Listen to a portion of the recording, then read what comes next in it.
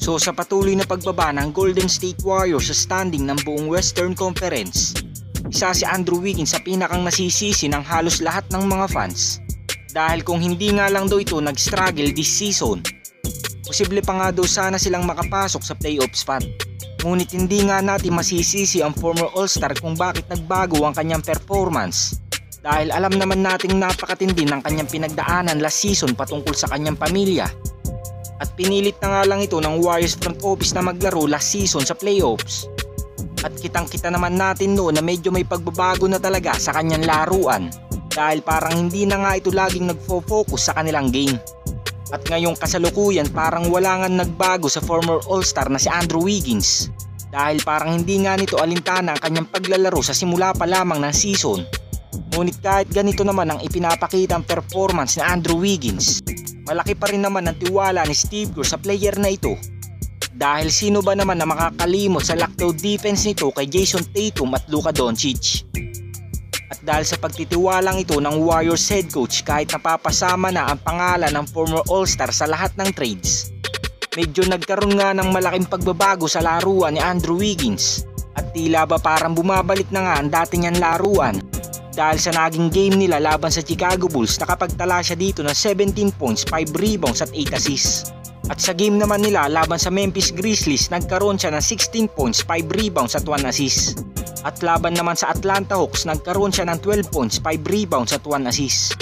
At sa naging dikit nilang game laban sa Sacramento Kings at Los Angeles Lakers, nagkaroon siya ng 17 points at 22 points. So sa unti-unting pagtaas ng contribution ni Andrew Wiggins sa nakaraan nilang mga games, sasabi nating magandang senyales ito para sa team ng Golden State Warriors. Dahil ganitong ganito ang kanyang performance nang magkampiyon sila laban sa Boston Celtics. Ngunit kahit nagkakaroon na ng magandang momentum si Andrew Wiggins sa paglalaro, hindi pa nga rin siya siguradong ligtas sa team ng Golden State Warriors. Dahil hanggang ngayon nga ay maraming nagtutulak na i-trade na ito sa kahit anumang team upang magkaroon lamang sila ng legit center.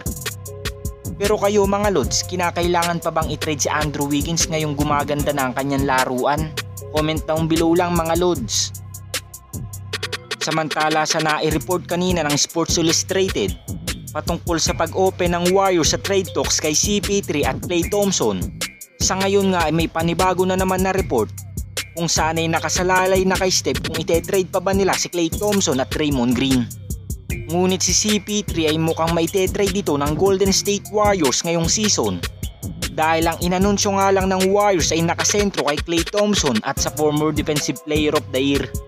At wala pa ang inilalabas na statement ang two-time MVP na si Stephen Curry patungkol sa balitang ito. Dahil ito nga pinakamahirap na desisyon, lalo na't na kay Steph ang kapalaran ng lahat kung gusto pa ba nilang maisalba ang season ito. At ito lang ang ating NBA updates ngayon mga Lods. At kung hindi ka pa nakakapag-subscribe sa aking channel, subscribe mo na yan para updated ka sa ating NBA season ngayon. Salamat po.